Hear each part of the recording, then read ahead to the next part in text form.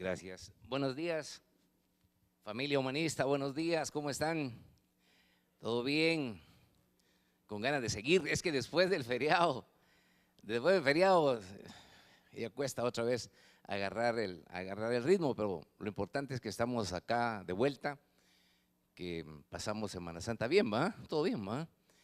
Y miren, el tiempo pasa. Cuando uno está en la escuela, cuando uno está en la U, y cuesta que llegue Semana Santa, pero después de que llega Semana Santa uno siente que el tiempo se va mucho más rápido. Quiero decirles que es importante que retomemos otra vez el ritmo de nuestras conferencias que hemos tenido para acá. El tiempo está pasando, este es el año preelectoral, no, tenemos que avanzar con este proceso de capacitación, extenderlo hacia las secretarías departamentales y a todo el país y mantenernos unidos. En realidad vivimos tiempos complicados, tiempos difíciles, y la manera en que nosotros vayamos recibiendo este tipo de conferencias como la que vamos a tener hoy, en la manera en que nosotros vayamos hablando de los temas nacionales, en la manera en que vayamos discutiendo nuestra gran problemática nacional y mundial, la vamos a ir entendiendo mucho mejor. Nosotros como guatemaltecos, como ciudadanos, como dirigentes, pues tenemos que estar enterados de lo que está pasando acá en Guatemala y en el mundo. Por falta de conocimiento pereció mi pueblo, dice la Biblia, a ustedes, así que nosotros tenemos que estar bien enterados de lo que está pasando y así poder tener una versión clara de decirle al vecino, al amigo, al hermano de lo que está sucediendo. Las personas dicen, bueno, ustedes están haciendo militancia política. Cuando lo ven a uno así, le preguntan a uno qué está pasando y uno tiene que tener realmente las respuestas. Estamos en tiempos de cambios, estamos ahí en una tercera guerra mundial que hay que saberla interpretar. Es una guerra que tiene un montón de componentes, tiene política, economía, finanzas, religión, militar, es de todo.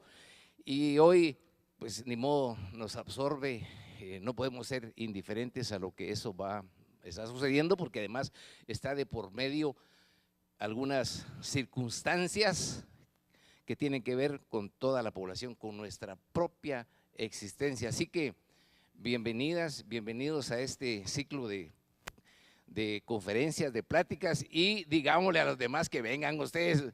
No, aquí eran a las 7 de la mañana, hoy la hicimos a las 8 pensando en eso y bueno, para que estemos acá presentes. Así que bienvenidos nuevamente. No me voy a extender para darle paso a la conferencia, así que no perdamos el ritmo, sigamos adelante. Vienen muchas cosas importantísimas. Ustedes, el partido está caminando mucho, están viniendo personas muy importantísimas, como hoy el ingeniero Arimani, Jaime Arimani. Le damos la más cordial bienvenida. El ingeniero, bienvenido. El licenciado Roberto Cano. Ahí están, bienvenidos.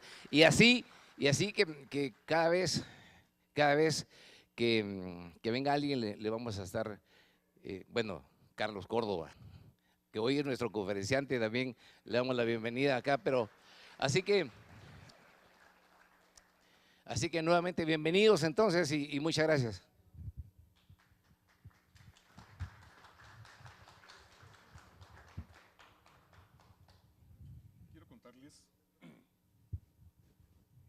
Quiero contarles algo de la vida, tanto académica como profesional del magíster Carlos Córdoba Sánchez. Él es originalmente administrador de empresas, pero además de eso tiene una maestría en análisis y administración de confiabilidad, una maestría en reingeniería, un programa de alta gerencia, y ha participado en más de 150 conferencias y seminarios de diferente índole.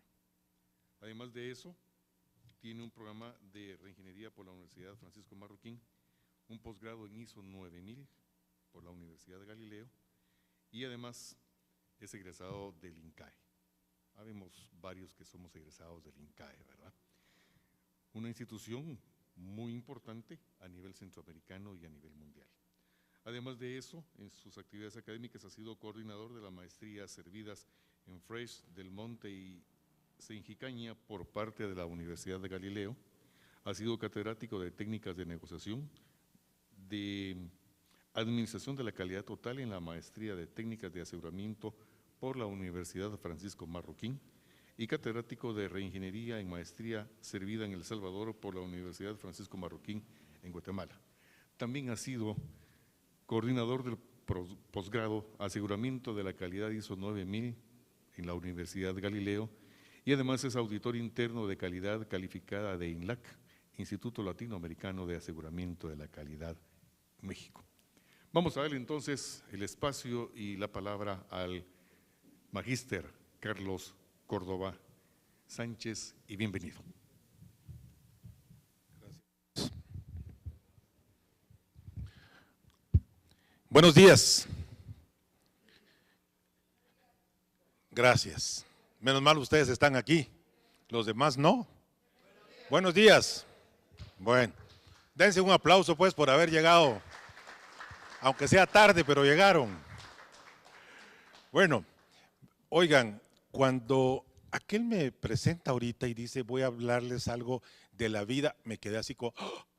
Después dijo profesional, ¿verdad? ¿Qué va a contar de mí? Bueno, no, afortunadamente no hay mucho que decir malo. Todo el mundo tenemos algún problema en la vida, pero como me dijo alguien, ¿dónde lo encuentro? Búsqueme en Google, le dije. Ahí estoy. Entonces ya no hay nada oculto, la verdad es que hoy ya no, todo lo que uno hace aparece. Esto está publicado en mi Facebook y la gente eventualmente lo puede seguir. ¿Qué quiero decir con esto? Que una de las cosas más importantes para cualquier persona que se plantee eventualmente como un líder, lo primero que tiene que tener claro en la vida es qué es su vida personal. Ahí es donde está el problema de fondo. Si no, vean ustedes cómo empiezan a aparecer todos los problemas de las personas que conocemos y les empiezan a buscar qué es lo que han hecho en su vida personal para atacarlos políticamente. ¿O no? Esa es la lógica, lamentablemente. Pero si esa es la intencionalidad con que sabemos que siempre las cosas se han manejado, entonces mejor pues abstengámonos de caer eventualmente en algún tipo de tentación que nos pueda acarrear problemas en el futuro, porque entonces ya no estaríamos cumpliendo con el objetivo básico de la ética de un líder. Esa es una de las cosas más importantes. Quiero decirles a ustedes que el liderazgo, para empezar, es la capacidad de influenciar a otros. Eso es todo.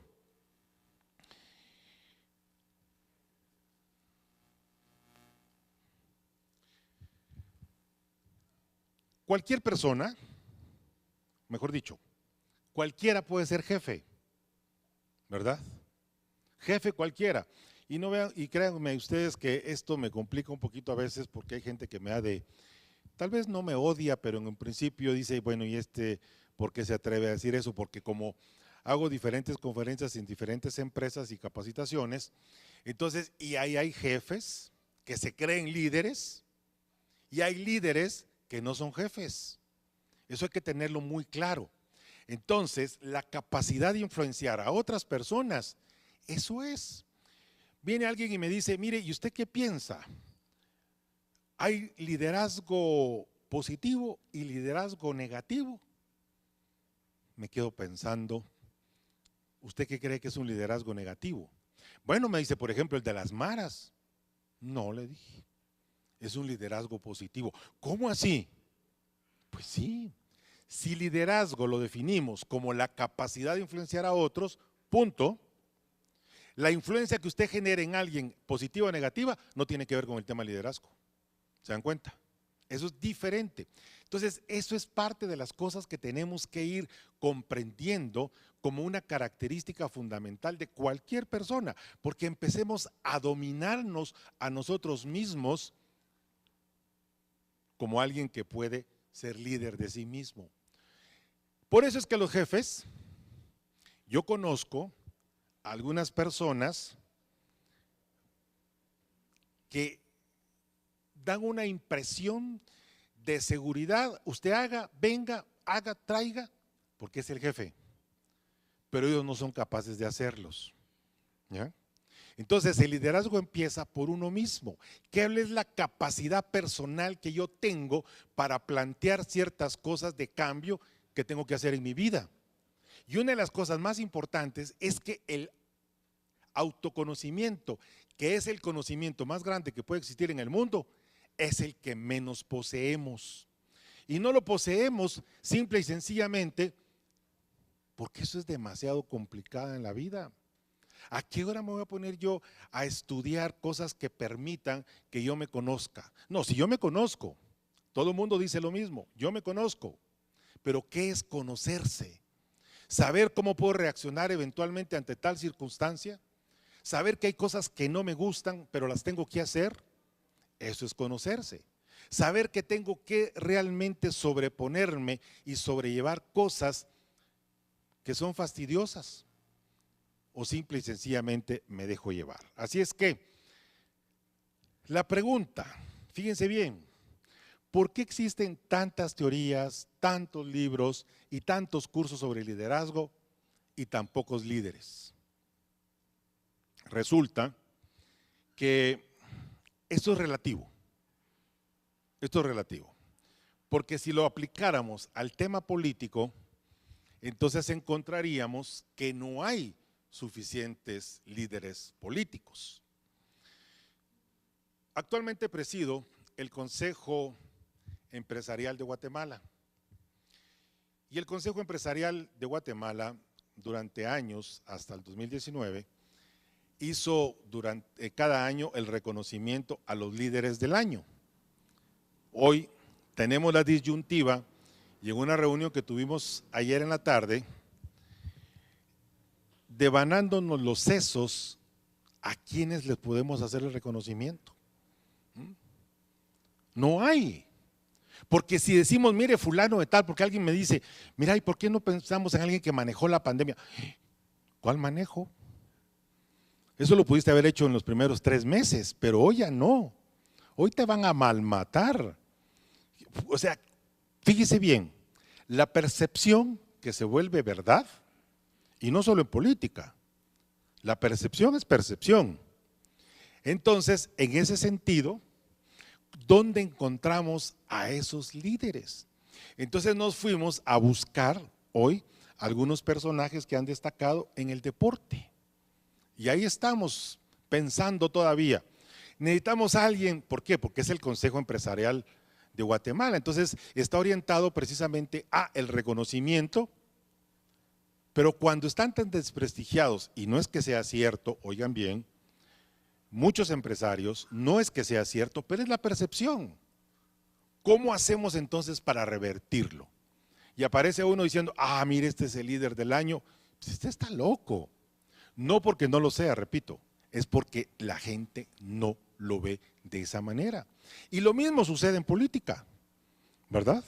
Aquella persona que cree que es y que puede, pero si la gente no lo percibe, pues ahí nos complicamos. Entonces, ¿cómo revertimos eso? Por eso es tan importante que cuando hablamos de liderazgo, tomaremos para este marco conceptual desarrollado, el señor Pichón Riviere habla precisamente a qué nos referimos cuando hablamos de liderazgo. La capacidad de influenciar a otros. ¿Cuál es el rol? Es la forma particular en que cada individuo ejerce la función que le fue otorgada. ¿Ya? Esto no está predeterminado, sino que es algo que se va dando en función de la participación, de la acción, y entonces cada quien va tomando un rol, porque fíjense bien, a ver, el rol suyo es este. Pensemos en que usted es supervisor de tal cuestión, o usted va a ser el secretario municipal, ese es su rol, ¿ya? Eso es lo que se definió. Ahora, sus capacidades de liderazgo no están coartadas en función de sus iniciativas, pero ese es el problema.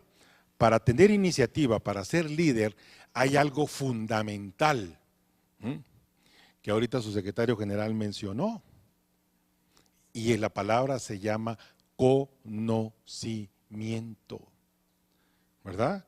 Cuando dice que un pueblo sin conocimiento perecerá, yo diría que es un poco más aterrador el tema, porque nosotros como país no estamos muriendo, pero tenemos un legado demasiado grande de gente sin conocimiento. ¿Quiere usted encontrar la respuesta de por qué somos el país que somos y estamos como estamos? Simple y sencillamente porque el 5% de la población maneja el 95%, porque el 5% tiene algunos estudios o algunas mañas y que el 95% no ha logrado comprender.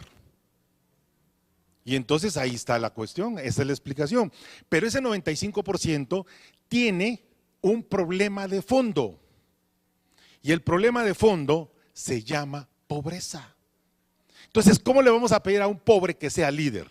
Que los hay, pero es diferente. Porque cuando no tenemos cubiertas ciertas necesidades, ojo con esto, ¿cómo podemos hacer para que un líder visualice eso y no venga y le va a decir a la gente, no tenga pena, aquí le voy a dar, aquí le voy a dar, aquí le voy a dar?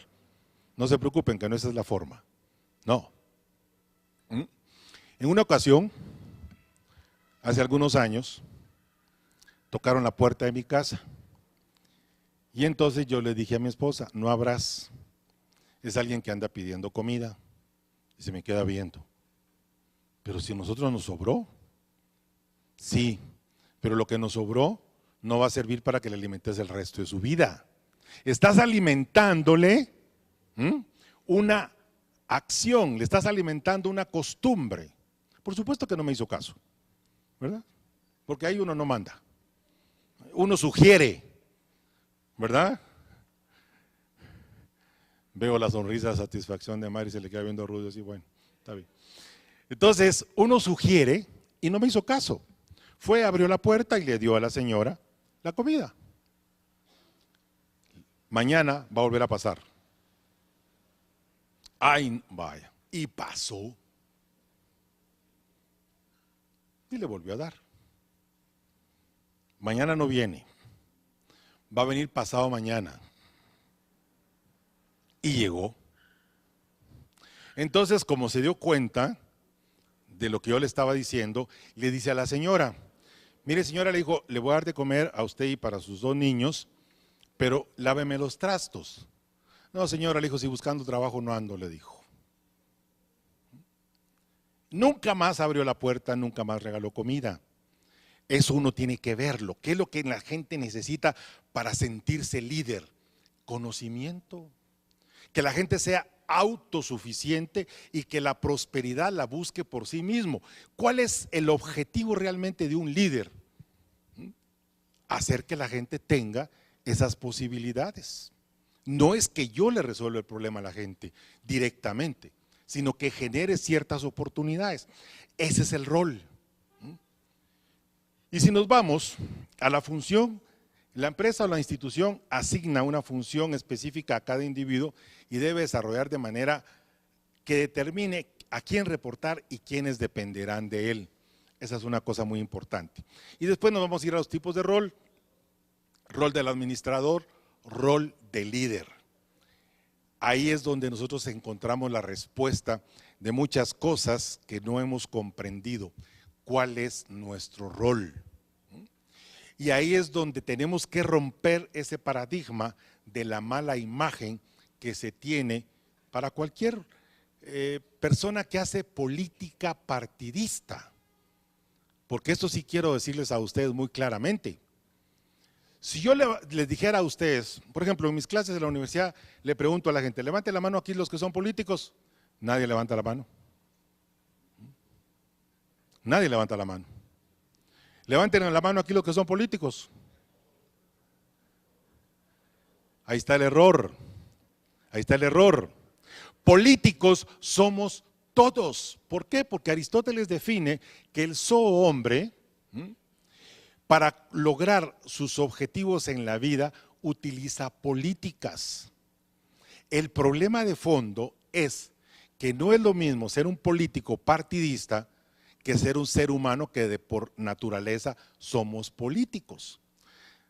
Yo creo que todo el mundo hemos tenido la experiencia, yo la estoy viviendo de una manera impresionante con mis nietas. La mayorcita logra todo lo que quiere a través de su política. Ella ya encontró que el todo le resuelve y el todo soy yo, ¿verdad? Entonces ella quiere, su mamá, su papá le dicen, no, María Inés, tú, sí mi amor, venga para acá, yo le resuelvo, ¿ya? Esa es una política. Fíjese bien, los niños cuando tienen hambre, ¿qué hacen? Llorar. Logran lo que quieren a través de los berrinches. Nunca les ha pasado a ustedes, o les podrá pasar, cuando la recomendación es no lleve a sus hijos cuando están chiquitos al supermercado, porque quieren de todo. Y entonces por eso es que ustedes, no sé si se hayan dado cuenta, al salir en las cajas están todos los dulces y los chicles. Porque ahí es donde los niños pasan y están a su altura. Entonces el niño quiere un dulce, quiere un chicle y empieza, cómprame. No. ¿Pero por qué? No. No va a llorar, porque si llora le pego. ¿Y qué es lo que hace? Empieza a llorar. Le pega, no deja de llorar y después le dice, está bueno, pues tener, pero cállate. ¿Logró su objetivo? Sí lo logró. Entonces, señores, eso es ser político. ¿Se dan cuenta? Solo que los niños todavía no quieren venir a humanista, ¿verdad? Los papás sí, los van a convertir eventualmente.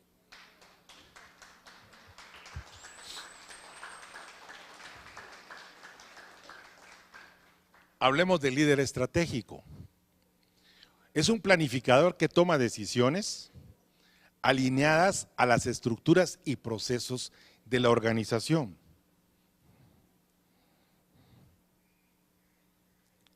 Planificador que toma decisiones. Óiganme, una de las cosas más complicadas en la vida es tomar una decisión. Mire, fíjese que, déjame pensar. Ojo, las decisiones trascendentales no las tome inmediatamente, porque de las decisiones rápidas se arrepiente despacio. ¿Ya? ¿Por qué hice eso? Hay gente que le dice, mire, tal cosa, sí, no tenga pena, con mucho gusto, dele. ¿Verdad? Y después, mire, ¿y lo que me ofreció? No he podido. Y después ya no le contestan el teléfono. Dígame usted, ¿de qué le sirvió haber dicho que sí, que con mucho gusto? Y la gente se va emocionada. Me dijo que sí. No le crea nada a nadie hasta que se lo cumpla. No ofrezca nada que no puede cumplir. Esas son de las cosas más importantes, porque eso es lo que hace que la gente crea en el líder. ¿Por qué estamos tan desprestigiados los que eventualmente pudimos haber hecho política partidista? Les cuento que yo desde 1990 a la fecha, que ya son 30 años, ¿verdad? Híjole, estaba muy jovencito. Desde el 90 nunca participé en ningún partido político. Antes sí, del 85 al 90, del 90 para acá nunca, más. Pero hoy lo estoy pensando. Sin embargo, para que la implementación de sus soluciones tenga éxito, el líder debe de basar sus acciones en el ejemplo, la meritocracia, la ética, que era lo que les dije al principio. Usted es y está porque lo merece. Usted es y hace y convence porque sus actos tienen verdad. Y la ética no es más que aquello que se define como la moral moris, que se aprende en la casa, ¿verdad? La moralidad. Por eso han escuchado ustedes aquello que dice que las buenas costumbres se maman en la casa. Bueno, eso es relativo, ¿verdad? ¿Por qué? Porque no en muchas casas pueden haberlo. E incluso no tiene nada que ver con un tema familiar, es cuestión de la preparación de las personas en función de lo que pueden educar a su familia. Y ahí es donde tenemos la complicación que mencioné anteriormente del tema de conocimiento. Así es que el liderazgo estratégico no solo cuentan los individuos, sino que en este proceso se involucra la actividad de un equipo. A esto se le conoce como el liderazgo colaborativo. Oigan bien, muchas de las ideas las propone una persona. Muchas de las ideas que han cambiado el mundo las ha propuesto una persona. Y si ustedes analizan la historia, pues van a encontrar que a gente que se le ocurrió algo, ¿verdad? Pues lamentablemente se desvió un poco, pero Bill Gates es un buen ejemplo de lo bueno y lo malo. Buen ejemplo de lo relativamente bueno, porque siendo joven decidió no estudiar, pero sí se puso a inventar. Tuvo la suerte que su mamá trabajaba en IBM y la señora le consiguió una cita con los directivos de IBM a donde les fue a vender un sistema operativo que no existía. Pero el sistema operativo se lo compró por $50,000 a un genio que sí hacía y desarrollaba programas. Obviamente, para los miles de millones, y lo compró fiado además porque no tenía el dinero, ¿verdad? Y se lo fue pagando poco a poco. La historia, si se la pagó al final, no lo sé. El asunto es que este cuate que desarrolló ese sistema operativo jamás fue parte del imperio de Bill Gates. Pero Bill Gates, ¿qué hizo? Especuló, esa es la idea, y logró su objetivo y ya sabemos lo que es. Pero hoy lamentablemente, pues también dicen que anda metido en cosas. Tenía la fundación Billy, no me recuerdo cómo se llamaba la esposa, ya se separaron, pero hay un ejemplo de líder, fíjense bien, que en su momento convenció a un montón de gente para que le ayudaran a desarrollar su idea. Ese es el ejemplo que les quiero dar. Después crece tanto que ya no necesita quien le ayude y ya tiene suficiente. Pero bueno, entonces ahí ya se desaparece ese grupo colaborativo, el liderazgo colaborativo. Fíjense bien, yo no puedo ser líder si no tengo a quien dirigir. Simple y sencillamente, las cosas pasan porque podemos y tenemos ideas. En este sentido, pues los líderes tienen que ser o tienen que crear estrategias, construir sistemas a través de muchas barreras organizacionales y cooperar con otros jefes de áreas que hacen exactamente lo mismo y al mismo tiempo. ¿Cuántos problemas? Ya les dije que mi experiencia fue del 85 al 90 en un partido político, siendo muy joven, pero aprendí muchísimas cosas porque precisamente parte de lo que yo hacía era capacitar. Y nosotros andábamos vendiendo por todo el país una democracia pluralista, participativa, democrática, inclusión del ser humano. Y después nos vinimos a dar cuenta que pues, teníamos buenas intenciones nosotros, los patojos que andábamos ahí. Muchos de los líderes fallaron. ¿Por qué? Porque tienen sus propios intereses. Entonces, lo que hay que hacer es tratar, fíjense bien, para que haya, ¿ya? Los líderes tienen que crear estrategias y construir sistemas a través de muchas barreras organizacionales. Coordinar con otros jefes de área que hacen exactamente lo mismo y al mismo tiempo, porque hay problemas. Hay, digamos, como una competencia y a veces cuando no se puede competir de manera leal, se hace de manera desleal, obviamente.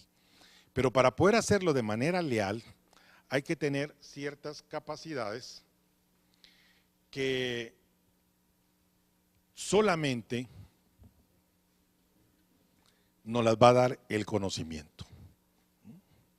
Entonces, el conocimiento es la herramienta básica de un líder. ¿Cómo podemos convencer? Solamente a través de lo que sabemos.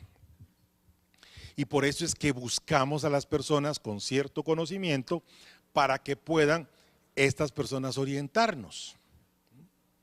Yo me recuerdo que una vez íbamos caminando en un potrero de noche, y entonces dice un amigo: yo soy scout, muchacho, tengo costumbre de caminar así, déjenme ir por delante.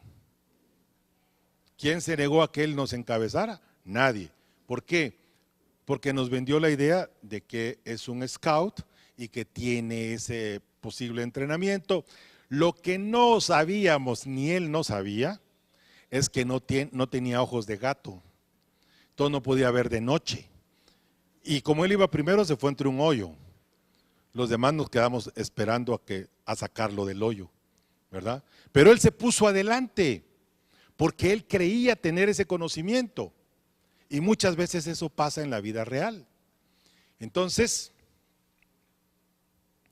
hablemos del humanismo como filosofía.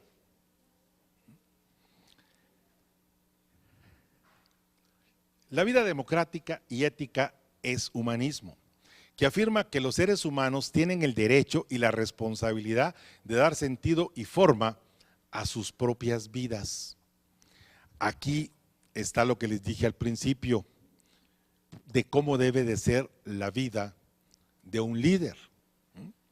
Y fíjense bien, el humanismo como filosofía aparece en el siglo XIV con el Renacimiento para cambiar las ideas que tenía sobre la humanidad la Iglesia.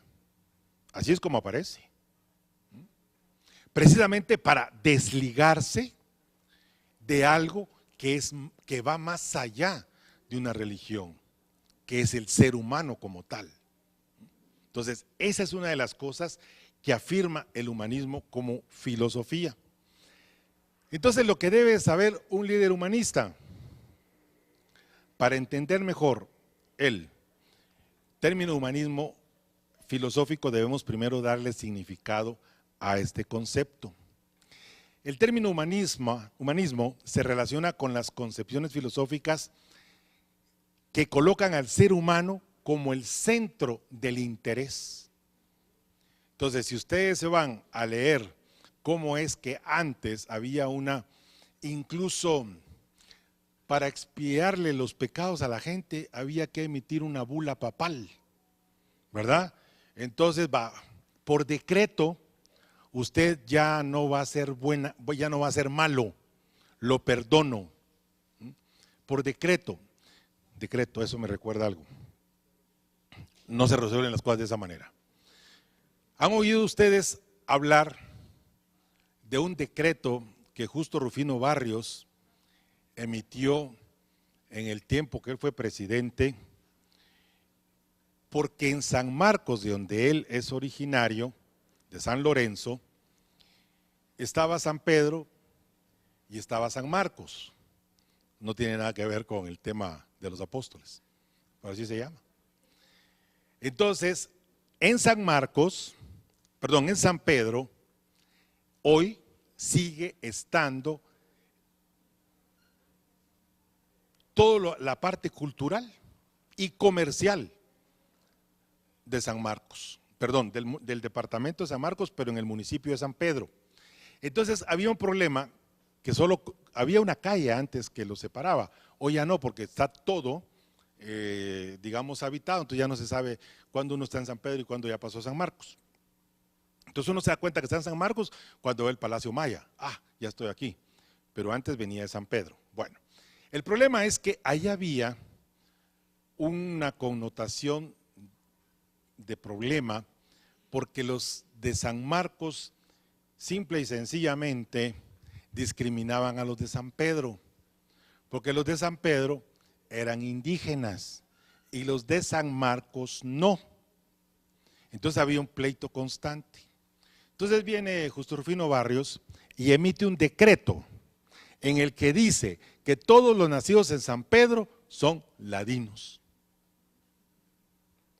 Y siguieron naciendo en San Pedro, así, pelo parado como yo, morenitos, ¿verdad? No lo ladinizó el decreto, tan sencillo como eso. Entonces, ¿qué quiero decirles? No podemos hacer decretos para que la gente pueda en determinado momento tener una mejor vida, excepto, lógicamente, reglamentar desde un punto de vista legal algunas cosas.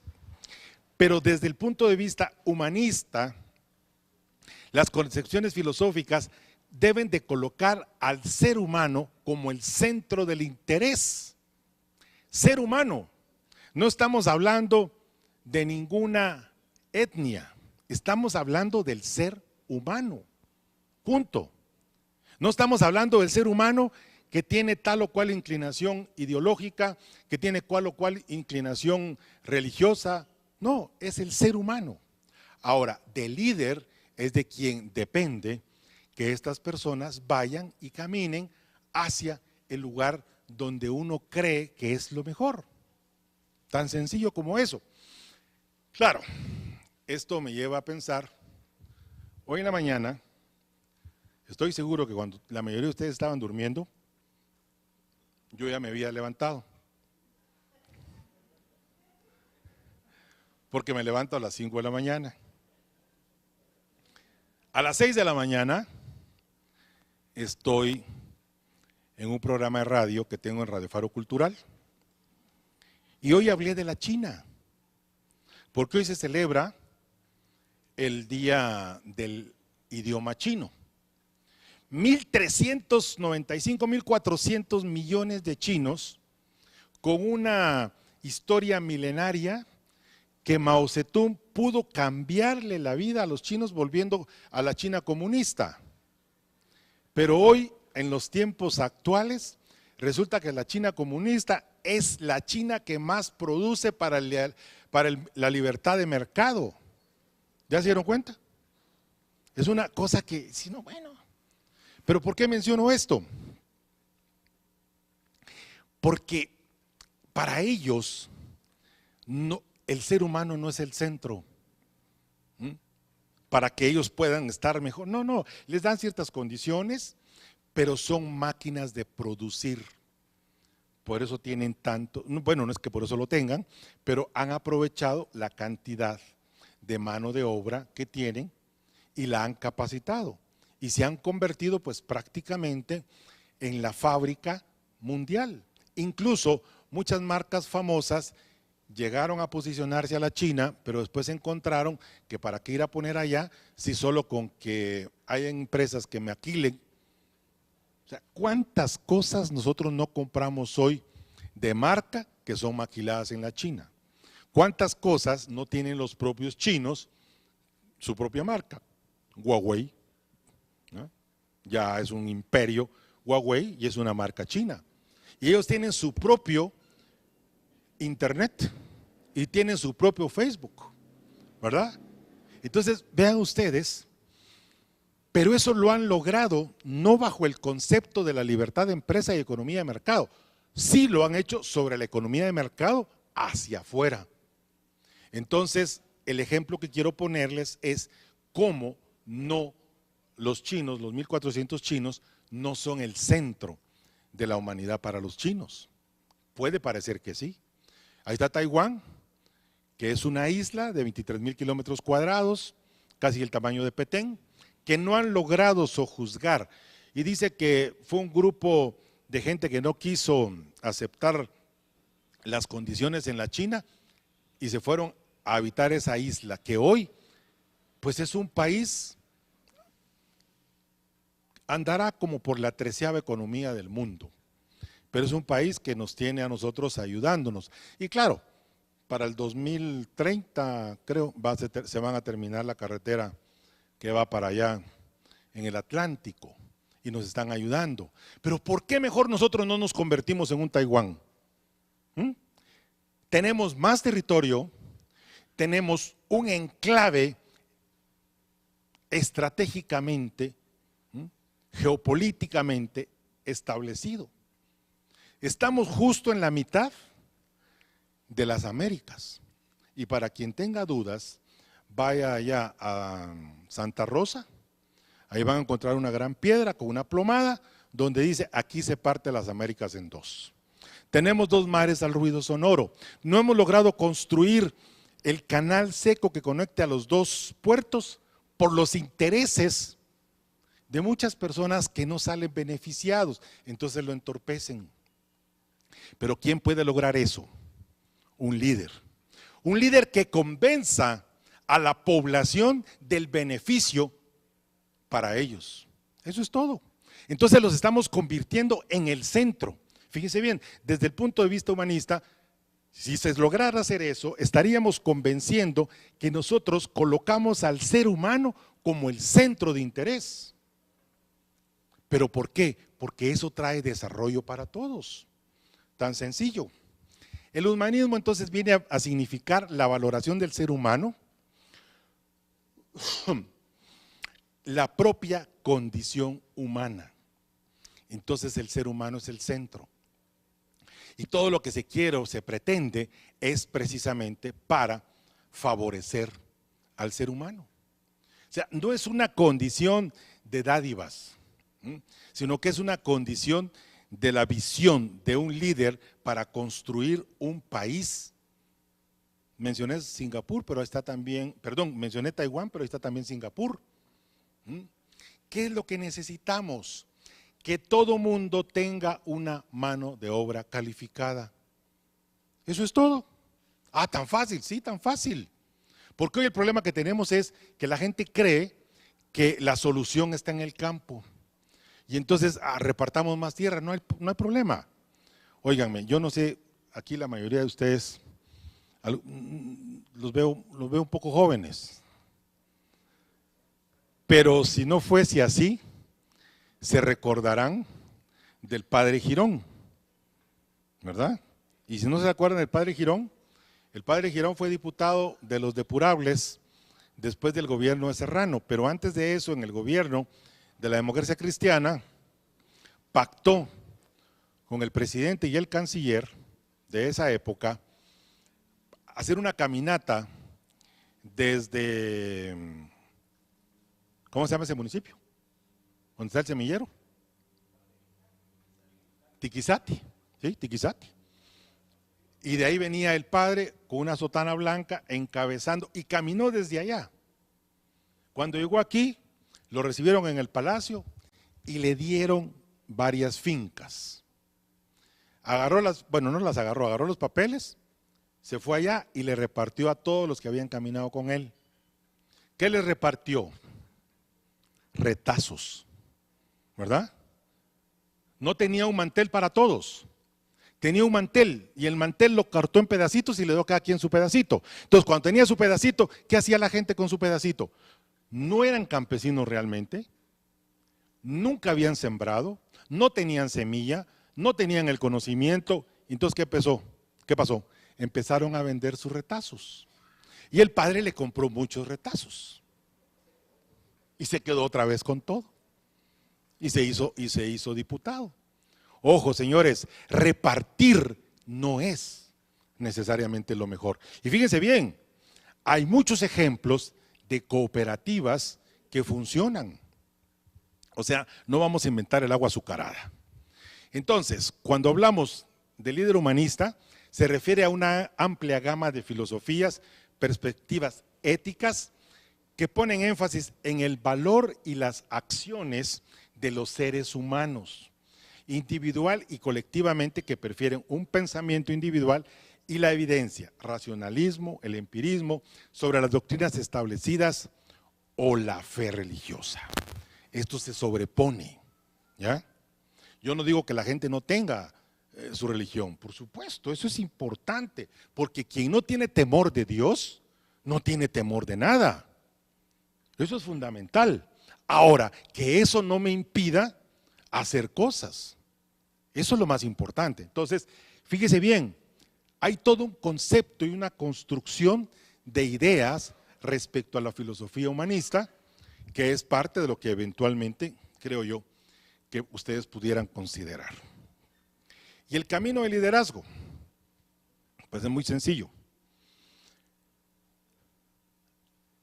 En la parte de adentro de un líder tiene su visión personal, su fortaleza emocional. Un líder debe de ser un Pigmalión, aprender sobre lo que es el efecto Pigmalión. Un líder debe de manejar la inteligencia emocional. Un líder debe saber sobre la programación neurolingüística. Y estoy hablando de cosas específicas. ¿Por qué? Porque fíjense que, pues yo soy administrador de empresas, un poco arrepentido porque creo que la cosa hubiera sido diferente o me hubiera complicado más la vida si hubiera estudiado algo que dije yo, no, es que eso debía haber estudiado para abogado. Pero creo que por eso es que estoy vivo, porque si hubiera sido abogado, a saber en qué me hubiera metido, por mis creencias, ¿ya? Entonces, pero me dediqué al tema de la administración, fui gerente de un par de ingenios y resulta que encuentro que el problema de fondo es entender la psicología del ser humano. Entonces me pongo a estudiar temas de psicología, comportamiento, y entonces planteo en diferentes organizaciones la modificación conductual de lo que es la cultura organizacional. Estamos acostumbrados, y fíjese bien, tenemos que construir una cultura de guatemaltecos creyentes en que podemos ser un mejor país. Hace 3 semanas estuve dando un curso y me pregunta uno de los participantes, pero mire, me dice, si uno no ataca al contrincante, estaban hablando de las elecciones para rector de la Universidad de San Carlos, me dice, si uno no ataca al contrincante o habla cosas que puedan parecer bonitas, uno está fallando porque le está haciendo un favor. No. A ver, ubiquémonos, le dije. Usted no puede y no debe decir que el otro es una vaina. Eso ya lo sabe todo el mundo. Pero ¿saben que usted es el mejor? ¿Sabe que usted tiene ciertas capacidades?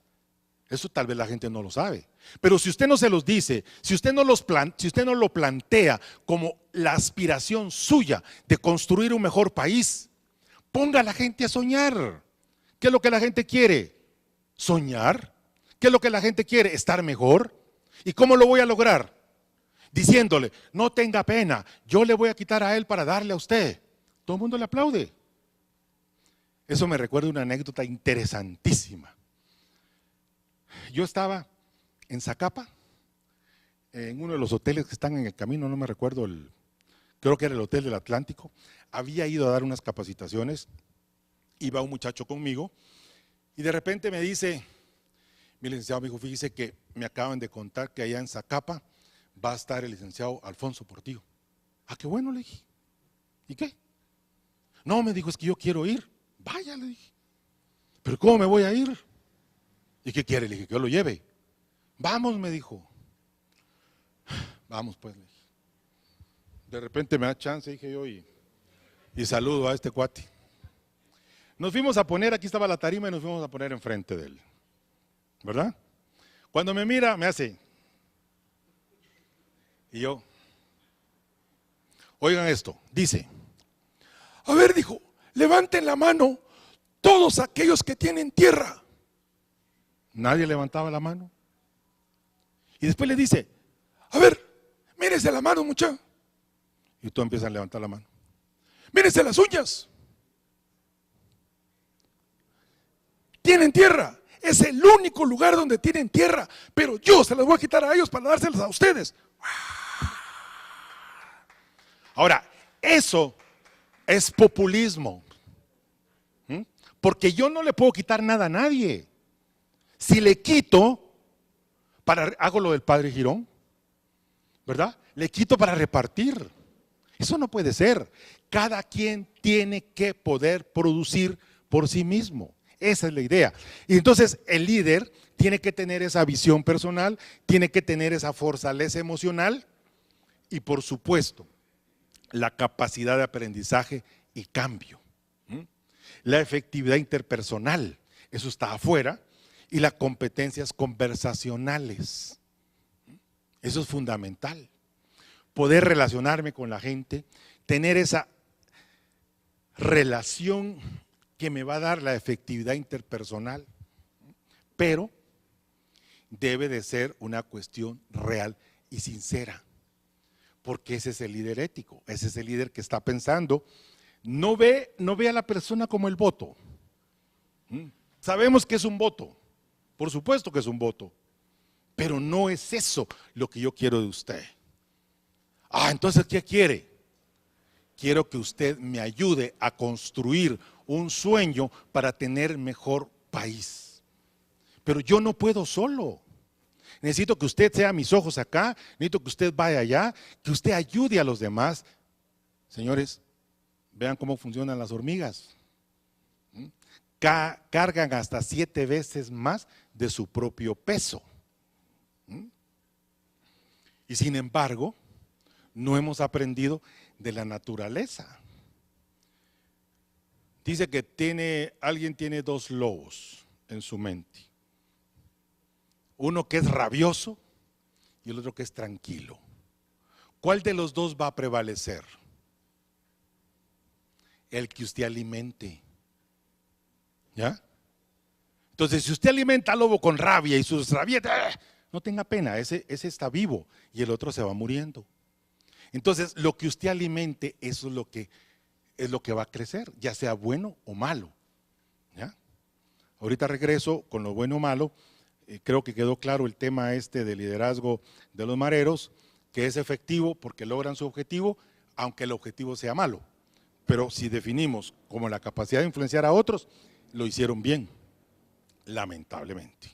Bueno, entonces, yo diría que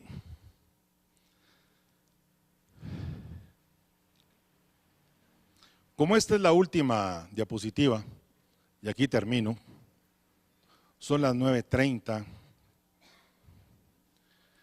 a las 10 de la mañana tengo que dar una clase, entonces quiero aprovechar que antes de terminar, si alguien quisiera preguntar algo o comentar algo o alguna duda que yo haya dejado con mi exposición, pues darle un minuto. No sé, no tengan pena, a la gente le da miedo participar, no se preocupen. Sí, por favor. Buenos días.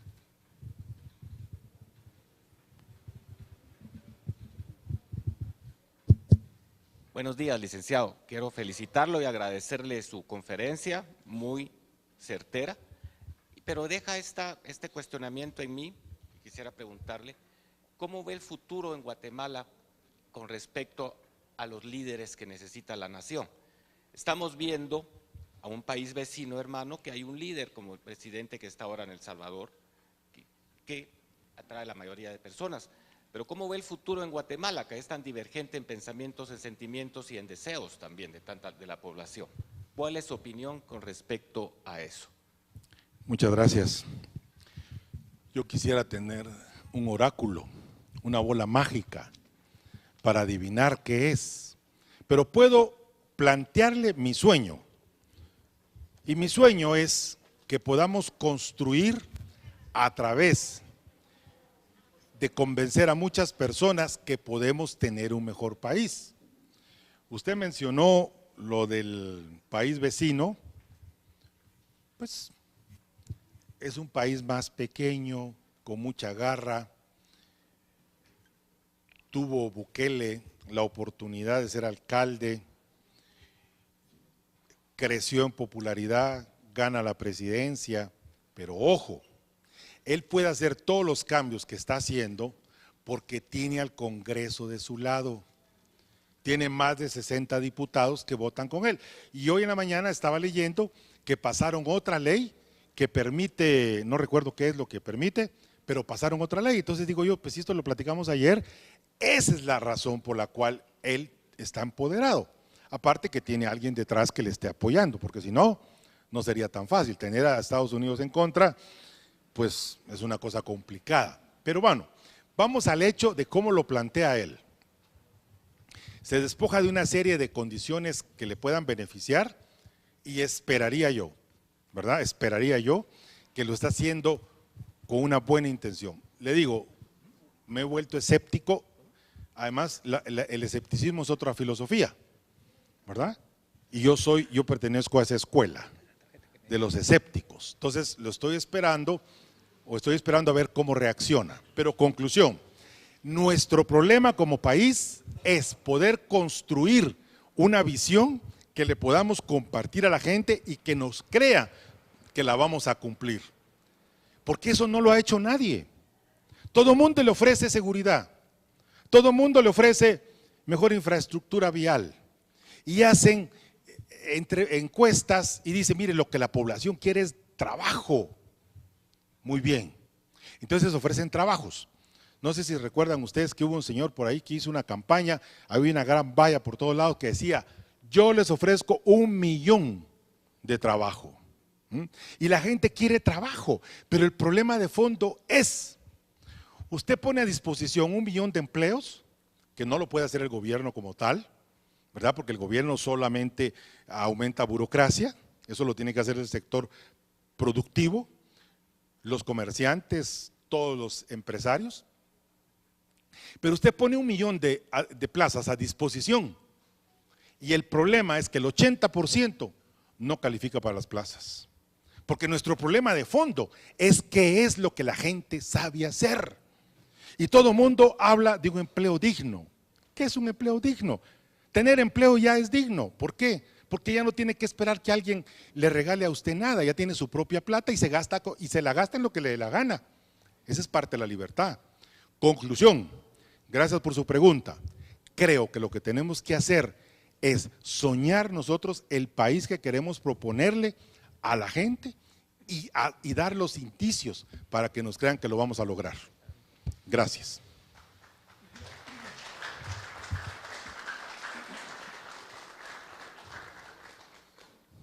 Buenos días a todos. Gracias al licenciado Lexag y a Luis Estrada, o Fernando Estrada. Ya se fue. Ya se fue, que me invitaron. Aquí está. Que me invitaron, estoy aquí presente. Al licenciado Córdoba, que tengo el gusto y el honor de conocerlo. Compartimos programa también ahí en el noticiero El Vigilante. Pero me llamó la atención lo que el honorable compañero preguntó aquí.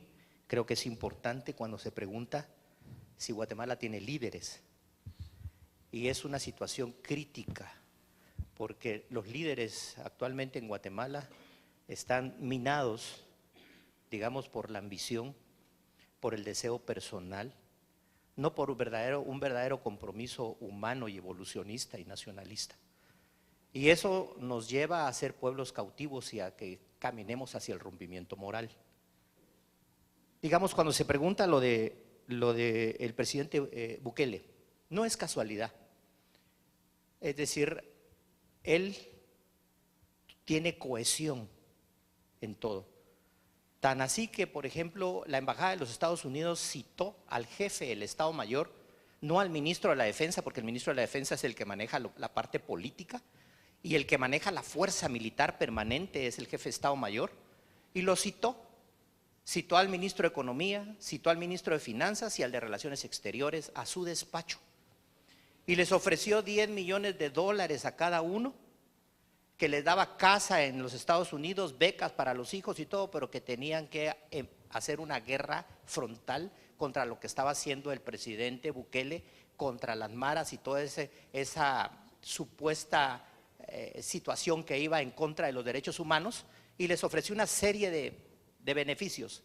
Pero cuando hay cohesión, cuando los puestos no se compran, cuando los puestos no se dan por amistad y simpatía, sino que se dan por capacidad, por integridad, por honestidad, porque ejercen un verdadero liderazgo el presidente o el que va de candidato, el resultado es lo que le pasó a él.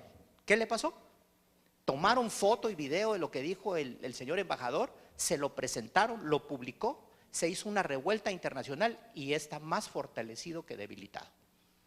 Si en Guatemala nosotros que estamos pensando entrar a manejar los destinos de esta nación, que están cooptados y tomados por un poder oculto a través del transculturalismo que se está perfeccionando, el rompimiento de la moral, el rompimiento de la familia, el rompimiento económico para hacernos a nosotros cada vez más débiles y someternos, y sin la capacidad de líder de poder conocer la política hemisférica, regional y continental a través de una geoestrategia o teogeoestrategia bien planteada, nos van a someter.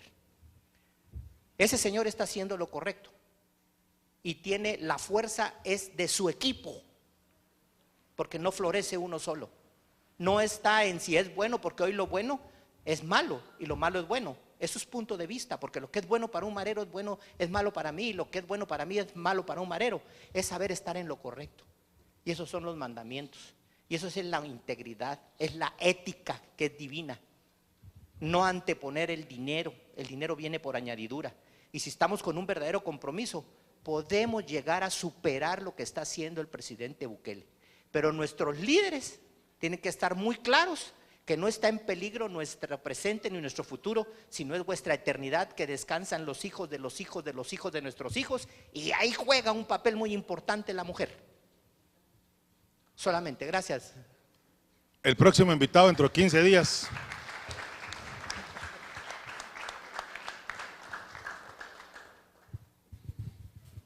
Buenos días, licenciado, mucho gusto.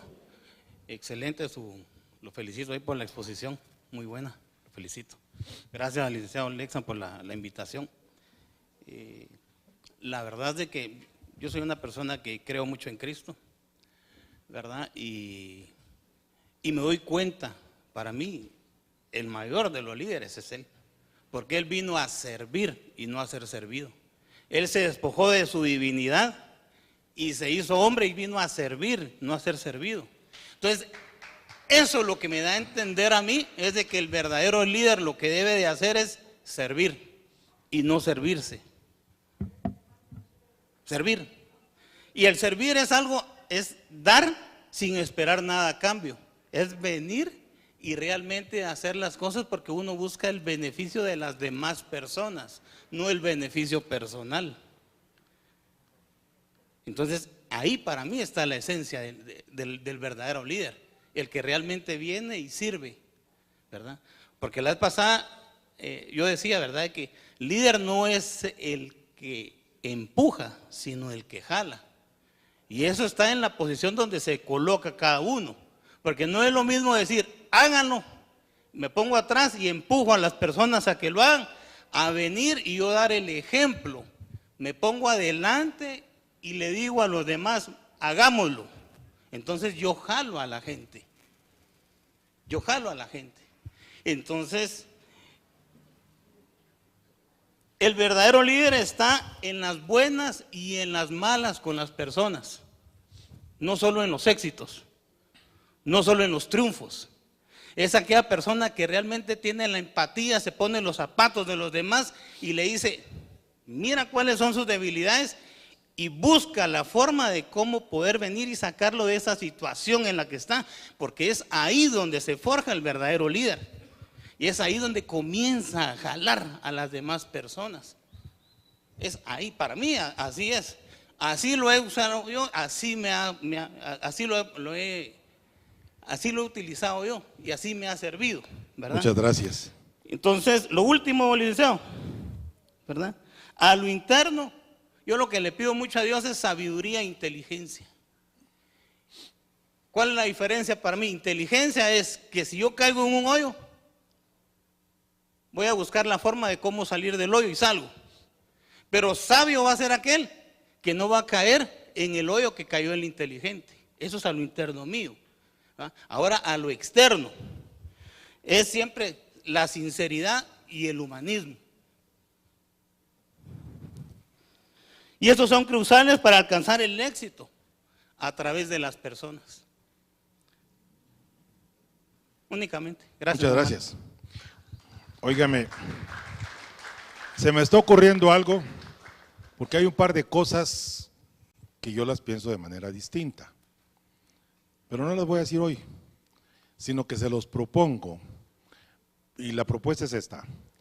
Hagamos un seminario sobre liderazgo, ¿ya?, que dure unas 4 o 5 horas, donde la gente pueda exponer, pueda practicar y tenga insumos para precisamente evidenciar ese aprendizaje, ¿verdad? Entonces eso se los propongo y pues afortunadamente aquí hay espacio, quienes quieran, no sé si te parece, Rudio, y los que pues les interese, apúntense, óigame bien, apúntense primero, la propuesta es concreta. un seminario sobre liderazgo. Apúntense para ese seminario y después definimos la fecha. Pero, a ver, les voy a decir, que hayan por lo menos 30 personas. Si hay 30 personas, lo hacemos. ¿De acuerdo? Muy bien. Perdón, ¿usted quería decir algo? Solo les encargo, me quedan 10 minutos. Señores, buenos días.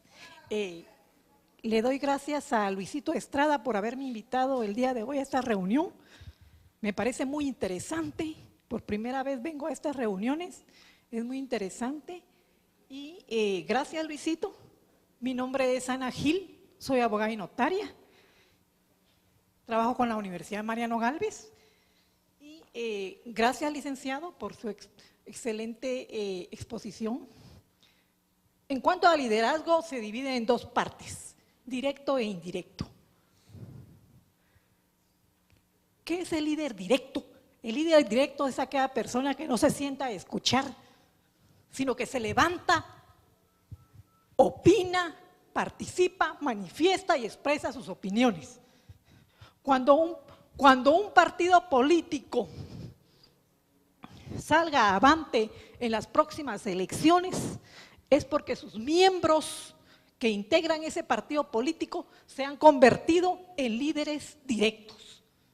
Los invito a todos y a cada uno de ustedes a que se conviertan en líder directo. Directo significa levantarse, manifestar, expresar sus opiniones. Cuando los guatemaltecos entendamos que Guatemala es de nosotros, ahí es el momento en que vamos a actuar. Los invito a que ustedes, como miembros de este partido, pues se levanten, participen directamente, expresen sus opiniones, manifiéstense y queremos ver cuáles son las iniciativas nuevas que han presentado los diputados de este partido político. Muchas gracias. Le agradezco mucho. Perdonen, pero les dije que a las 10 de la mañana tengo una clase. Tengo que conectarme, aquí ya me dieron espacio. Así es que entre las 10 y las 11, si alguien se queda, a las 11 echamos el rollo. Solamente aprovechando lo que el amigo había planteado de ese tema. Este es un libro que se llama Humildad y Liderazgo. Es una característica importante, fundamental. Para dirigir a los demás es requisito indispensable imperar sobre usted mismo, que fue lo que dije, conocerse a sí mismo. Diremos nosotros que el dominio de sí mismo es el mejor de los imperios. Hoy se sabe que obedecer inteligentemente es más difícil que mandar. Si me permitiera, podría decirse que humildad y firmeza significan especialmente equilibrio. La actitud firme de un hombre humilde consiste, como luego se verá, que es reafirmar la evidencia, aunque ésta atente contra nuestra figura, por tanto debe ser preservada. El liderazgo implica necesariamente rectificar errores pasados, que es también una humillación solo enfrentable por los humildes. Casi me siento pastor. Bueno, creo y estoy convencido, señores, de que lo que les acabo de plantear es una cuestión importantísima, básica y fundamental para la construcción de esa visión de país que queremos. El líder logra que sus valores se introduzcan en las mentes y en los corazones. Cuando usted conquista el corazón de la gente, cuando usted se da cuenta que la gente dice, no, este cuate de veras sí lo puede hacer, entró a su corazón y después lo va a razonar. Esto va a causar efectos en la estrategia, la estructura, los procesos, las políticas de personal y en todos los sistemas de la organización. Conclusión, señores, muchísimas gracias por la oportunidad de estar acá con ustedes.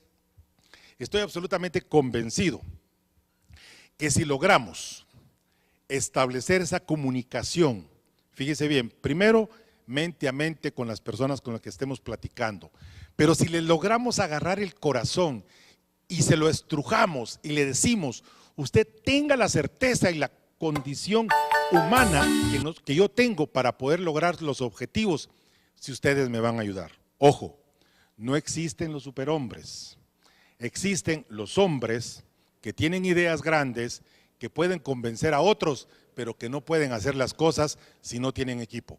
Muchísimas gracias, que tengan feliz día.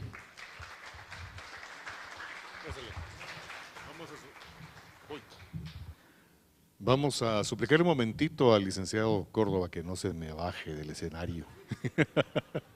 Urge, vamos a dejar en el uso de la palabra a la licenciada Mari Cano de Mérida, fiscal general del Partido Humanista ante el Tribunal Supremo Electoral y la responsable de mantener vigente estas extraordinarias estrategias de comunicación. Licenciada.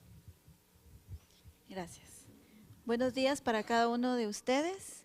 Es para mí un placer hacer la entrega del diploma al licenciado Carlos Antonio Córdoba por esa participación tan excelente que ha tenido el día de hoy con el tema que nos ha impartido aquí en la Unidad de Formación y Capacitación del Partido Humanista sobre liderazgo.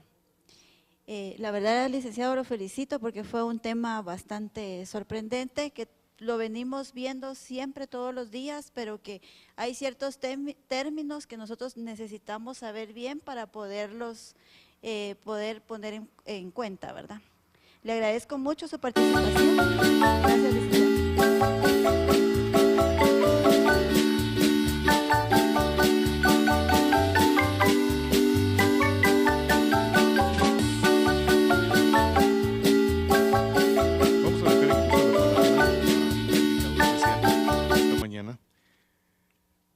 Y es el doctor Fernando Pintos, a quien tengo el honor de conocer desde hace muchísimos años, un extraordinario novelista. Y él además ahora ocupa el puesto de decano de la Facultad de Ciencias Políticas de la Universidad Olga Manuel Ayau Cordón, quien nos hará una presentación en esta mañana sobre esta Casa de Estudios Superiores. Licenciado, doctor, por favor, vamos a dejarte el espacio.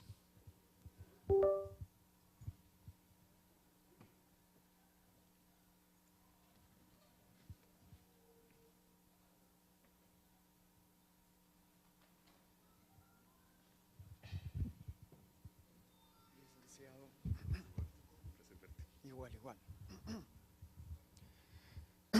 Muy buenos días.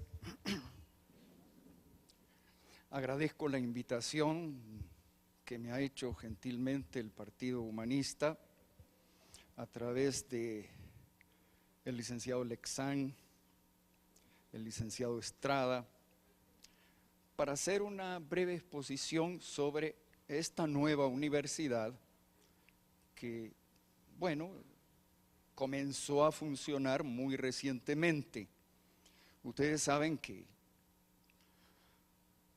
sacar una universidad, hacerla funcionar, no es cosa ni de una semana, ni de un mes, ni de un año.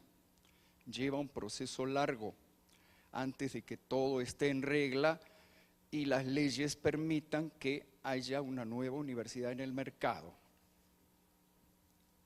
Se formó la Universidad Olga y Manuel Ayau Cordón, a la cual se conoce más por su sigla, WOMAC. Yo le digo WOMAC, hay otros que le dicen WOMAC, mismo perro con distinto collar, da igual. Esta universidad tiene 5 facultades. Comenzó a funcionar en la segunda mitad del año pasado, 2021, y ya está dando pasos muy fuertes y muy importantes. Yo quisiera hablarles de algunas de las características. Voy a mirar un poco la proyección para guiar lo que voy a decir.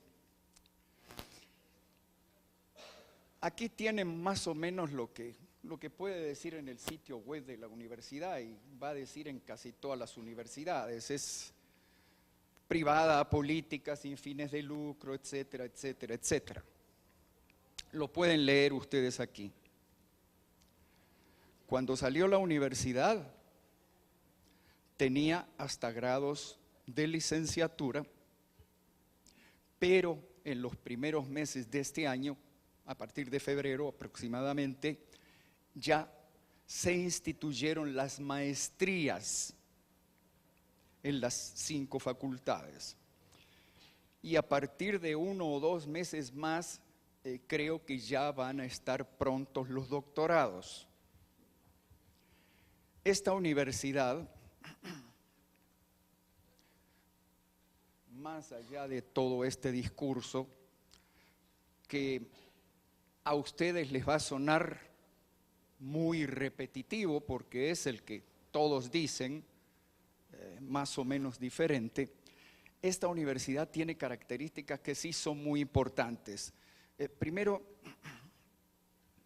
creo yo, es una universidad que está en total sintonía con los valores eternos de la civilización occidental y cristiana. Eso es muy importante para las personas que siguen no solo una religión cristiana en cualquiera de sus alternativas, sino también un estilo de vida basado en las enseñanzas que dejó nuestro Señor Jesucristo.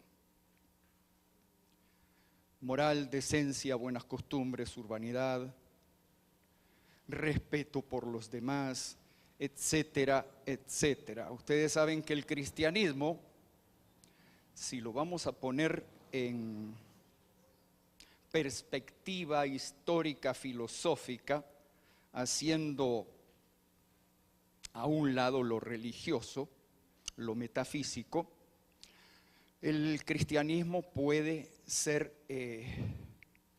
definido como una filosofía estoica. Y la filosofía estoica es todo lo opuesto de la filosofía que domina el mundo actual, que es la filosofía del hedonismo, que es la filosofía de la vida fácil, que es la filosofía de lo único que importa es mi ombligo y los demás que revienten.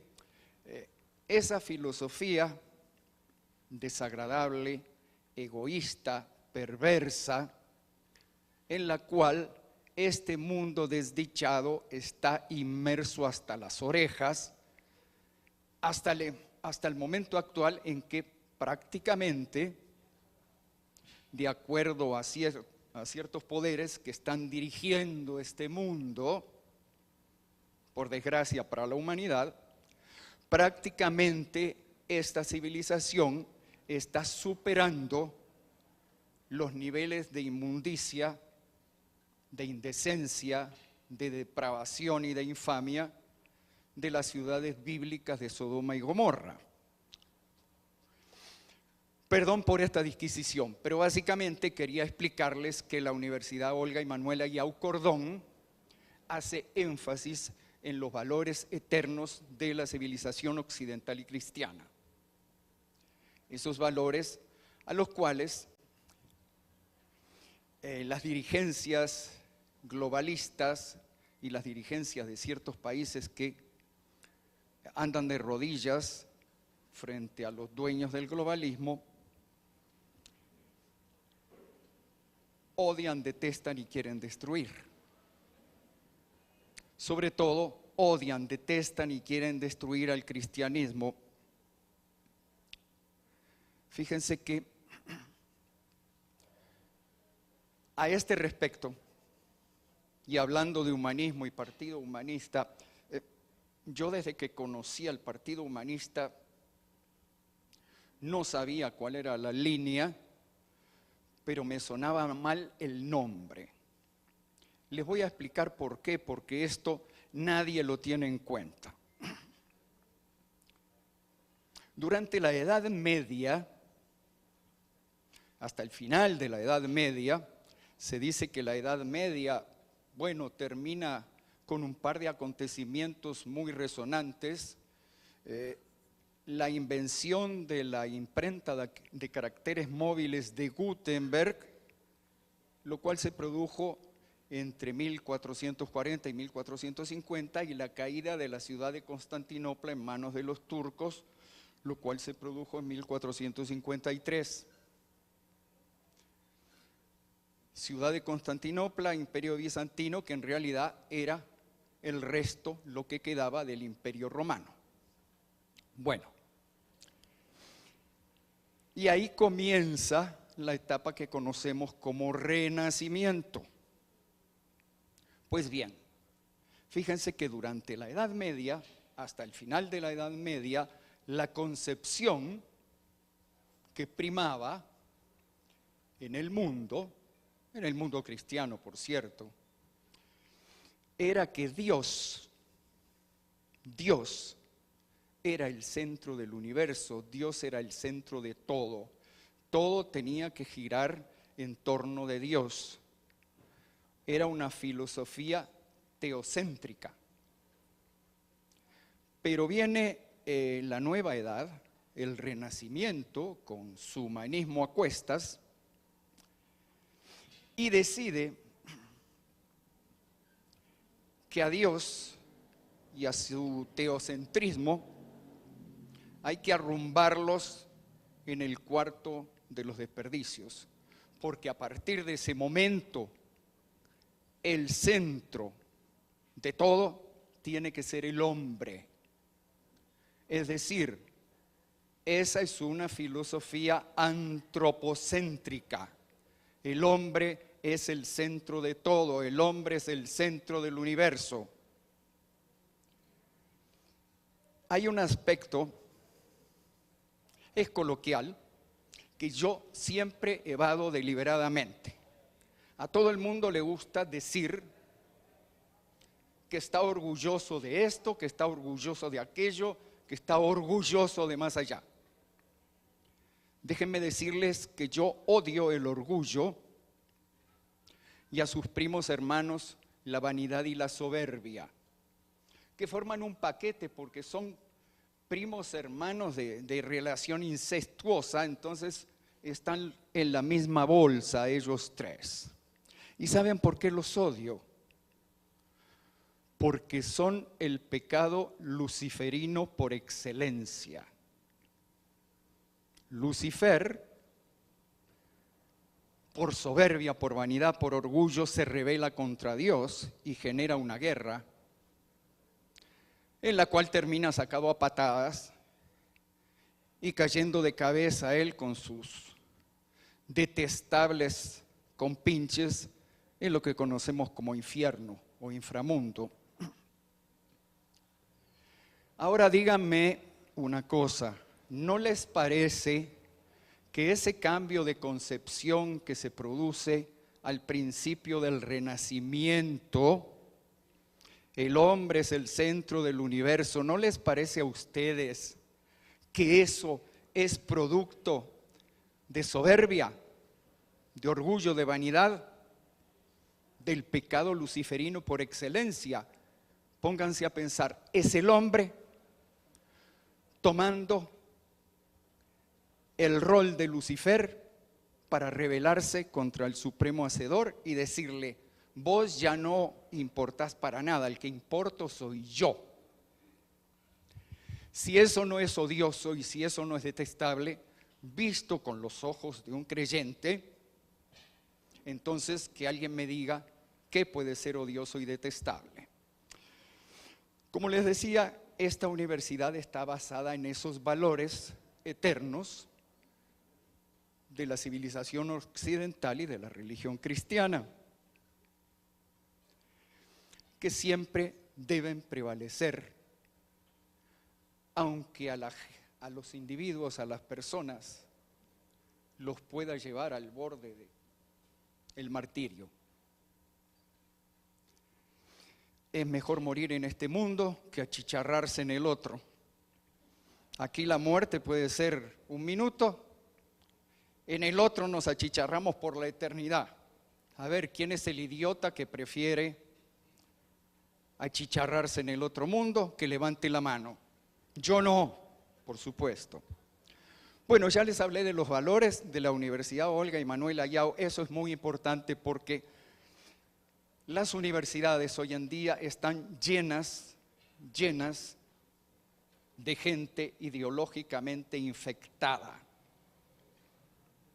Inclusive, ideológicamente infectados muchos de esos que viven largando bendiciones a diestra y siniestra, que uno se las tiene que esquivar como que fueran moscardones, o de esos otros que viven santiguándose a cada 5 minutos, pero igual están infectados. Y eso lo trasladan a la mente, al conocimiento, al intelecto de sus estudiantes, en mayor o menor medida dependiendo de qué tan fuerte moral y psicológicamente sea el individuo que esté sometido a esa influencia. Perdón que yo me extienda sobre esto, tal vez los estoy aburriendo, pero es muy importante, sumamente importante este aspecto. Hay otros aspectos también que son muy importantes, más prácticos para todos los que están escuchando. Primero, es una universidad totalmente a distancia, totalmente en línea, en la cual el estudiante puede en cierta medida participar en la creación de su pensum. Todos saben que en las universidades hay un pensum para cada carrera. El pensum es marche o muera como la legión extranjera. Si le gusta o no le gusta, es su problema. Usted lo tiene que hacer. Pensum, por ejemplo, que en mi caso, que pasé por varias universidades, pues me ponían estadística, por decir algo, y guácalas.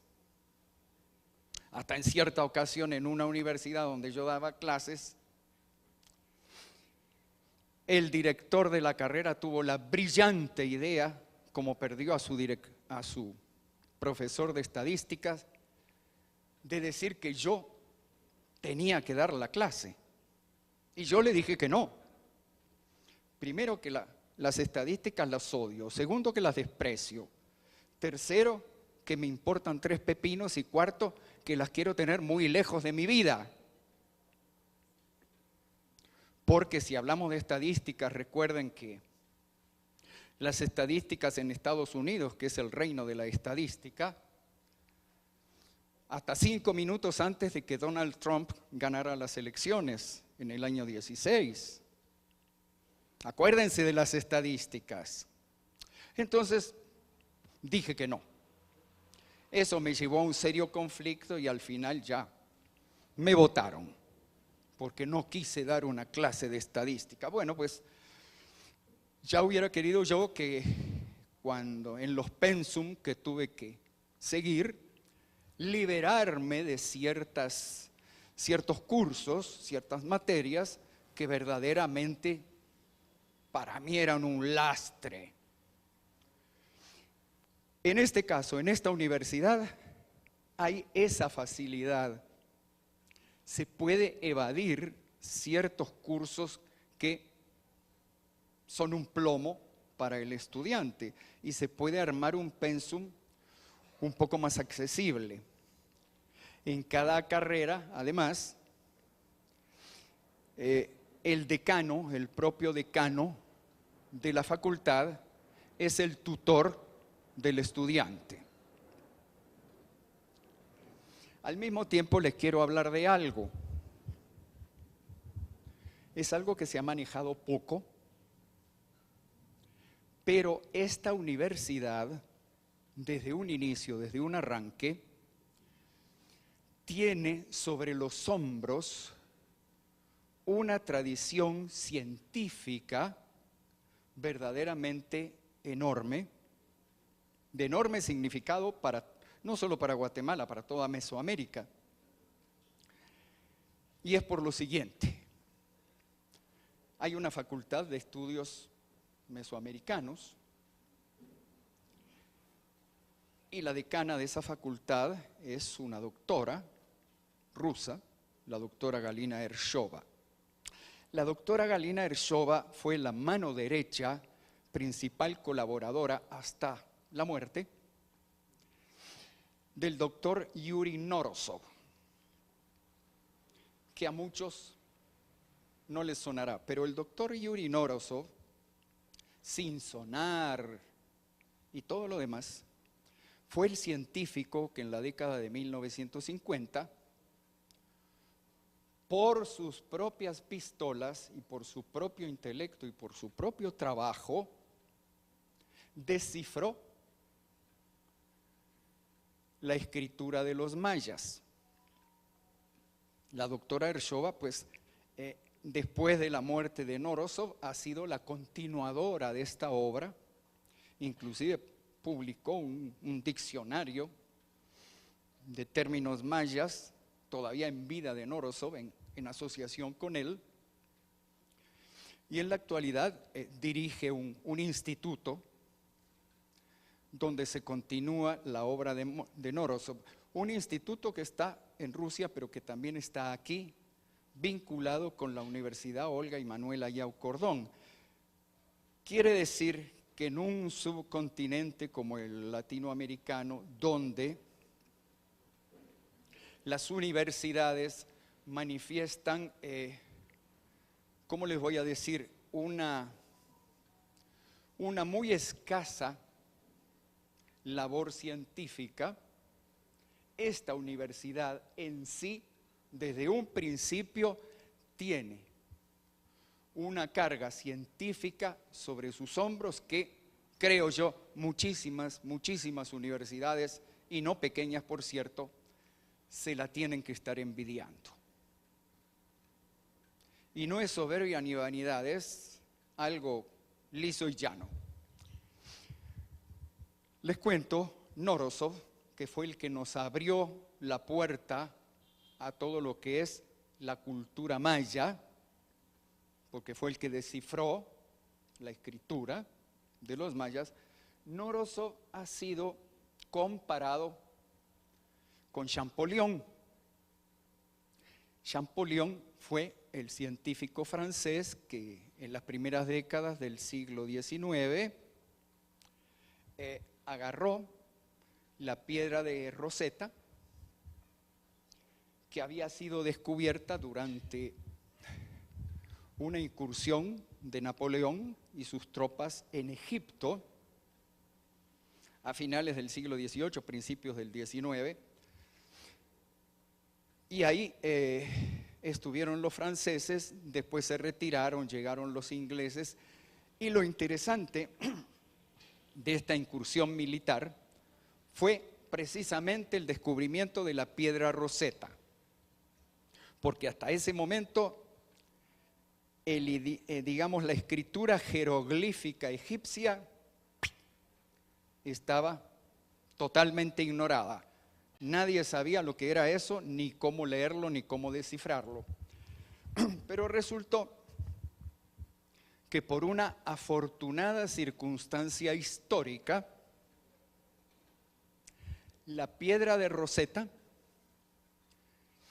que databa del 196 a.C., de uno de los Ptolomeos, uno de los faraones de la dinastía tolemaica, que inició con uno de los principales generales de Alejandro Magno, por el 3003 a.C. y duró hasta el 30 a.C. Y su último faraón es conocidísimo por todos ustedes, no es conocidísimo, es conocidísima, se llamó Cleopatra. Sin embargo, claro, todos la conocemos de manera incompleta, imperfecta, porque no era Cleopatra a secas, era Cleopatra VII. La circunstancia histórica que favoreció a Champollion fue la siguiente. Los Ptolomeos fueron una dinastía de faraones que se mantuvo totalmente afuera de lo egipcio y que mantuvo durante casi 300 años su personalidad griega. De hecho, ellos siempre tenían como centro administrativo principalmente la ciudad de Alejandría. Y entonces se resistían a ser egipcios, a vivir como egipcios, a tener costumbres egipcias e inclusive a manejar el idioma egipcio. Ellos eran griegos en todo aspecto. El único faraón de esa dinastía que medio quiso romper con esa tradición y se quiso acercar a lo egipcio fue precisamente Cleopatra VII. Y bueno, resultó que en el 196 a.C. hay un decreto de un faraón, Ptolomeo, no recuerdo Ptolomeo cuál, porque fueron zapotoscientos, pero además tenían la costumbre de que se casaban entre ellos, hermanos con hermanas, tíos con sobrinas. Era toda una fiesta de la endogamia eso, pero bueno, pues ahí mantenían todo en familia, ¿verdad? Entonces este faraón hace un decreto, y ese decreto primero está escrito en el antiguo idioma egipcio, es decir, con jeroglíficos, idioma que en su forma escrita comienza alrededor del 3500 a.C. y que empieza con 700 jeroglíficos y llega a tener como 6000. Pero resulta que ya en el siglo IV a.C., el idioma egipcio antiguo es dejado de lado, sustituido por un idioma egipcio moderno, el demótico, que tiene su propia escritura. Entonces, la segunda transcripción del decreto, después de los jeroglíficos, es en demótico. Pero como estos Ptolomeos eran griegos, hay una tercera transcripción en griego antiguo. El mismo griego de la batalla de Salamina, de Maratón y Platea, de los 300, los famosos 300, todos habrán visto la película, ¿verdad? Ya estarán hartos de tanto verla. Y también de Alejandro Magno, por cierto. Y esa es la suerte que tiene Champollion. Lo encuentra todo masticado y casi digerido en la piedra Rosetta, que por una afortunada casualidad fue descubierta por un soldado francés. Y entonces este soldado se la mostró a su general y el general dijo: no, esto es importante, vamos a guardarlo. Y se guardó, pero después quedó en poder de los ingleses, etc. Así que Champollion lo encontró todo digerido. Norodom no encontró nada, ni siquiera masticado. Norodom se tuvo que fajar por la propia, y el tipo tenía una mente tan brillante que consiguió descifrar la escritura de los mayas. Por cierto, él provenía de distintas variantes étnicas. Por ejemplo, del lado de su familia materna era armenio, del lado de su familia paterna ruso del norte, pero Norodom nació y creció en una ciudad de Ucrania, Yarkov. En fin, creo haberles dado algún panorama breve, muy por arriba, de lo que es la universidad. Yo agrego lo siguiente. La universidad verdaderamente en algunos aspectos no parece una universidad, por lo menos no parece una empresa. Parecería más bien una institución de beneficencia, porque abundan las becas y porque sacar una licenciatura es muy, pero muy barato, y porque sacar una maestría obliga a pagar algo que está muy por debajo de lo que se paga en algunos colegios, ni siquiera por una primaria, sino por un prekinder. Entonces, este es un aspecto también muy importante.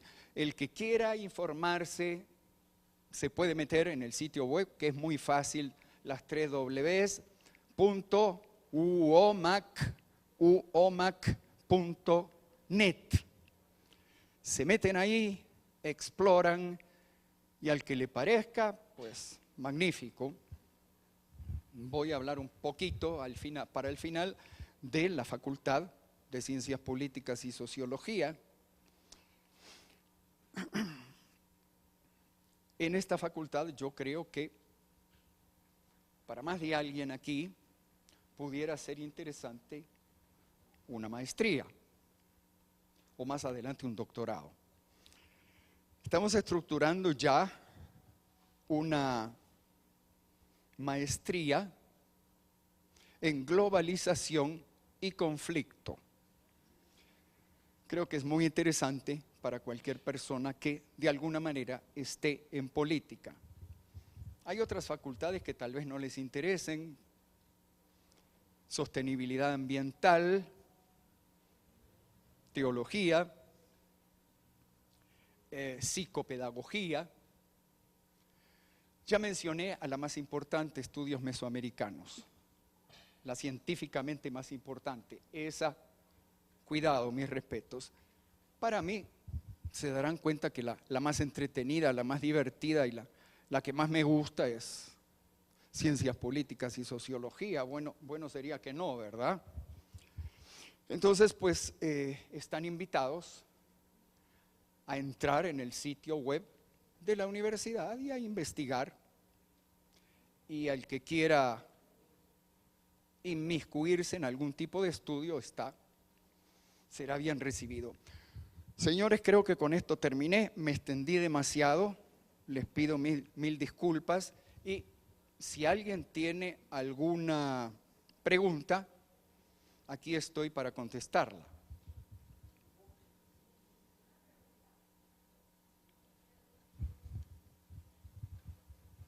Perdón, si alguien alcanza.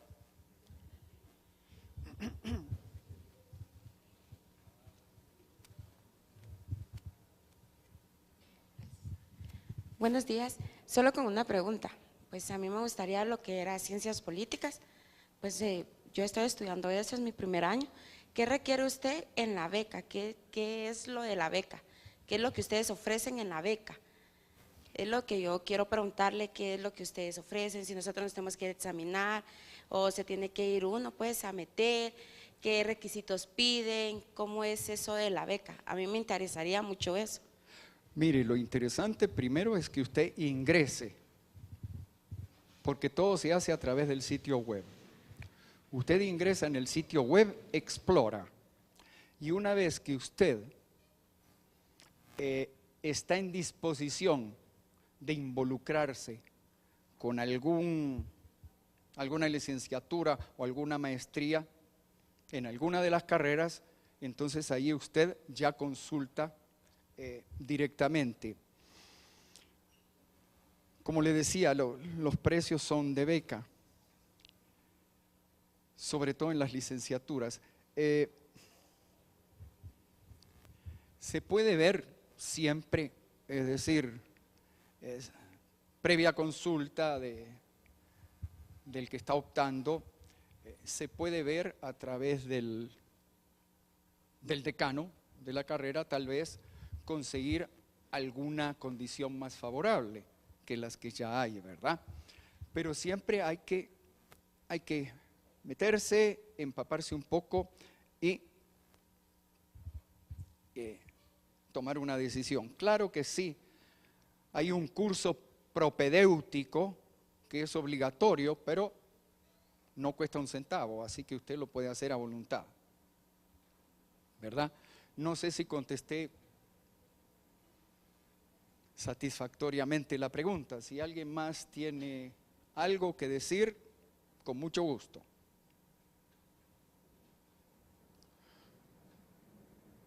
Pues en vista que no ha surgido más preguntas, nos retiramos. Licenciado. Igual. Gracias al doctor Fernando Pintos por esta increíble disertación y conocer lo que significa la Universidad UOMAC. Así de que vamos a dejarle ahora el espacio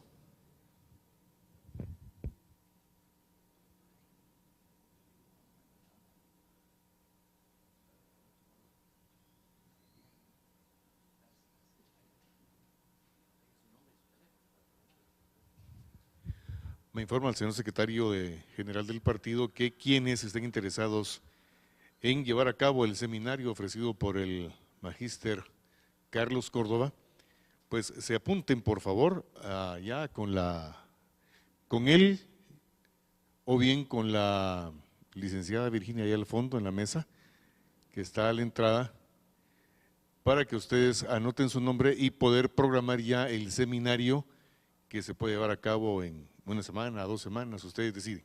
Pero como decía él, son 30 personas mínimo las que deben de estar anotadas para poder llevar a cabo este seminario. Y hoy vamos a dejarle el espacio a la ingeniera Laura Mérida para que sea ella, como directora de la Unidad de Formación y Capacitación UFCA, la que le dé las palabras de cierre a este desayuno conferencia. Buen día a todos. Para nosotros es un gusto volver a retomar actividades después del descanso de Semana Santa y es un placer anunciar que nuevamente el ingeniero Enrique Lax estará con nosotros compartiendo el tema desarrollo económico con nuestros profesionales el día 22 de abril a las 5:30 de la tarde. Esta conferencia se llevará a cabo en nuestras oficinas administrativas, que es la otra sede, que está por allá en la Tercera Avenida A. Asimismo, desde ya les queremos anunciar que estaremos celebrando el Día de la Madre en esta su casa en UFCA el 11 de mayo para que lo tomen en cuenta y traigan pues a sus señoras madres. A su vez, es un gusto anunciar que UFCA estará empezando a viajar al interior para dar capacitaciones y que Mujeres Emprendedoras realizará la segunda capacitación de huertos sostenibles en Villa Canales el 27 de mayo. Asimismo, se estará reforestando un área de la localidad. Igualmente estaremos enviando toda esta información y las invitaciones correspondientes a través de nuestras redes sociales. Y por favor, si alguien está interesado en las maestrías, por favor comunicarse allá al fondo, tenemos a la licenciada Virginia, para que nos dejen sus números y así podemos pasarles información para que ustedes también puedan gozar de esas becas. Muchas gracias y que tengan todos un buen día.